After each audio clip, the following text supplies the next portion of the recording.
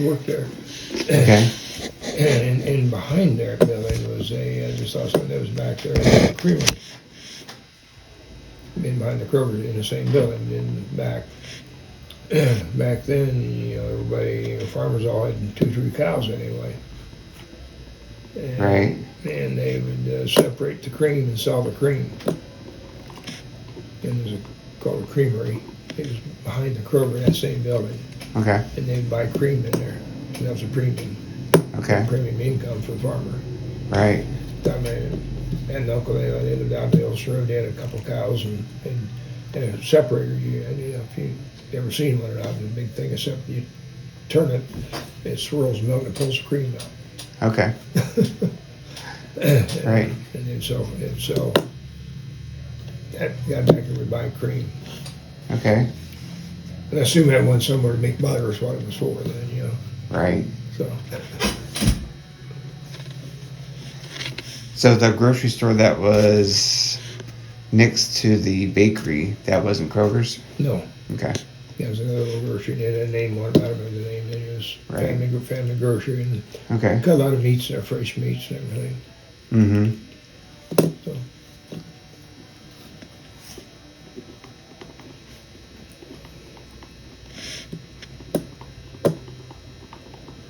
And was that when Kroger was there, was that a big 3-story building? Yeah. At the time? It's 3 now. It's a 2-story. Yeah, that's a 2-story, and then Knapp rebuilt that building and made a 3-story out of it. Okay. Yeah, Kroger was originally a 2-story building. Knapp rebuilt. Got it the inside, because it was all tall ceilings, 20-foot ceilings in there. Right.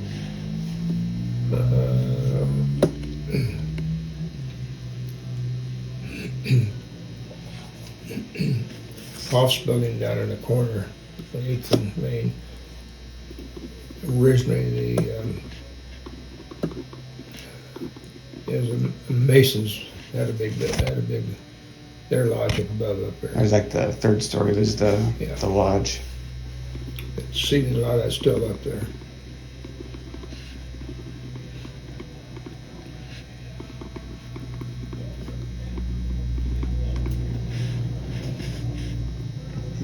What else was in that building? I remember kind of like the Rackets menswear.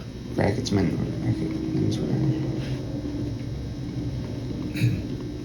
It was toward the north side of that building there. That was a high dollar men's store there. Okay. Kind of like A.B. Shore. Yeah. Mm-hmm. And yeah, it was high dollar, but at that time, yes, that was common. I didn't go into Racket or A.B. Shore. That was, right. Yeah. So A.B. Shore and Racket weren't at the same time? Yeah, same time. They were? Okay. Yeah. Okay.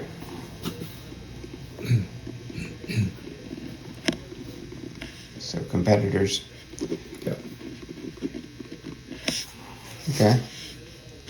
It's just both all local families. So, right. Yeah. Okay.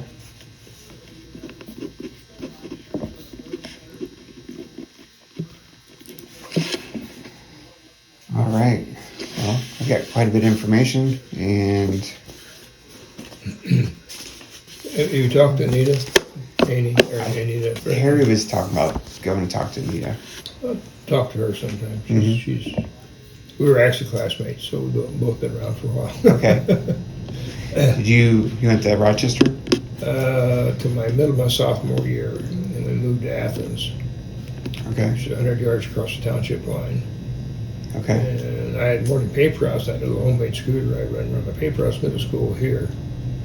And 2-3 weeks after we moved, I got called to the super's office, and they went, your brother and sister in Akron. I said, I don't want to go over there. They let me finish the week and kicked me out, so I had to go to Akron. So I actually graduated from Akron. What year did you graduate? 59. 59? Okay. Yeah, I graduated, and at that time, Athens, it's still a neat little town out there. It is. We lived about on this first street to the south, but Louis Hall has a garage in the corner, and there's actually buildings that still has a grocery store, and from the post office, where the Jason's is over in that northeast corner was Zoma's. That was a gas station, and that day's Quick Mart, if you will. Okay. And Lou Hart drove the school bus. The bus is about 3/4 full and left Athens. Okay. A lot of kids, a lot of families there. Right. And the bus is, I mean, it's 3/4 full and left. So it is, but I had to go to Akron, so not like today. My mom, let's see, she met my dad when we went to Richland Center, and then her family moved, and she ended up graduating from her senior year as in Akron in '64. Okay. So, of course, Akron is right in town there now. That's all going now. Right. But it was a good school. We just Rochester had a lot of stuff they didn't have over there. Mm-hmm. I was going to be I was playing percussion. Back then, band was a full-time subject in Rochester. Okay. And as a full-time, full-credit class, I was taking private lessons. I was going to be a musician. I was going to be a drummer. Okay. It probably worked out better. The band was the 70s. It probably worked out better. That was why I moved over there, and it was kind of a part-time, doing a couple, 3 days a week, and I got pissed off and walked out. And but yeah, it was. But that was probably for the better. That probably worked out for the better. But yeah, Anita could, she could share a lot of good stuff with you there. Okay. Very good. Great. Back where the apartments are, the blue ones back there. Of course, that was the old hotel, Colonial. Okay. Yeah. And I remember, if I recall correctly, I don't remember what year it would have been now, but Louis Armstrong was the last big band to play there. Okay. And I remember the cars parked up along the highway and everything. Uh-huh. And Sasquatch was the last one to play there. Yeah. But we had several people that played professionally from Rochester. Okay. And there was George Howard, his son and I were classmates, and he's a drummer, percussion. That's kind of where I got my start with him, talking with him. And him, Fritz Bastow, for 3 or 4 or 5 of them, they actually played professionally in Chicago for a long time. Oh, wow. Commuted back and forth. And we had, over the years, we've had 3 or 4 band groups out of Rochester. Okay. And but yeah, they played professionally for several years. Okay. All retired and out of that. But I know George Howard and Bastow and there's 3 or 4 of them. For quite a while, they played Chicago, WR. Mm-hmm. What was that up here? WLS. I think it was WLS they played at. Okay. So. I guess I talked to Robert Bailey. His mom was from Louisville, and she came up because Rochester Lake Manitou was the hot spot. They had the big bands and all that stuff came up here, and I've seen pictures. They come out of Chicago and come out of Indianapolis, mm-hmm. the railroad, the weekend. I've seen pictures. I don't know where. There used to be a railroad track down the middle of 9th Street, going out to the lake. They were horse pulling cars. Okay. But there was a rails. There were rails went out. I've seen a picture over the years somewhere of that.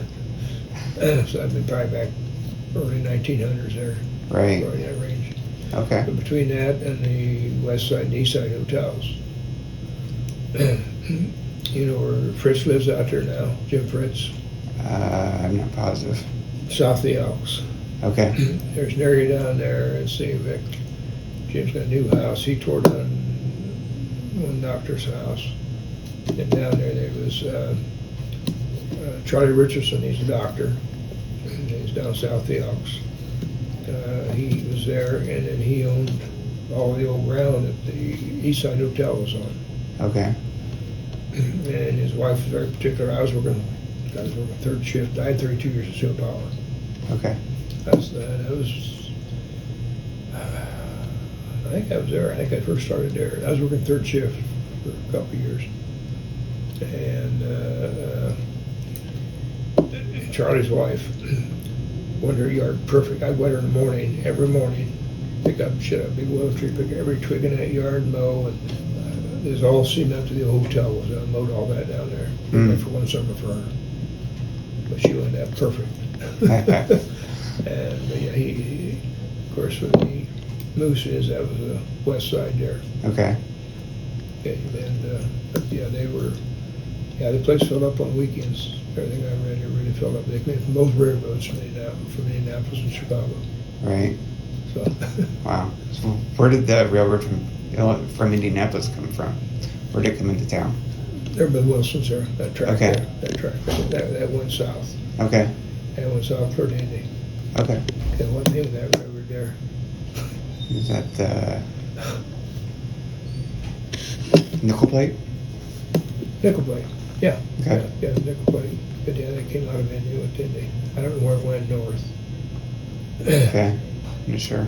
But well, it crosses up there at that one that goes east and west at Argus. Okay. I don't know if that ended there. I'm not certain just where that tied in there, how far that went. But yeah, they come up with Nickel Plate And the one on the north side of town went to Chicago? Yeah. Okay. Yep. And where the apartments are down there, that was a co-op elevator. Right. And I drove truck on it for a couple years out of high school. Okay. And yeah, that was back then.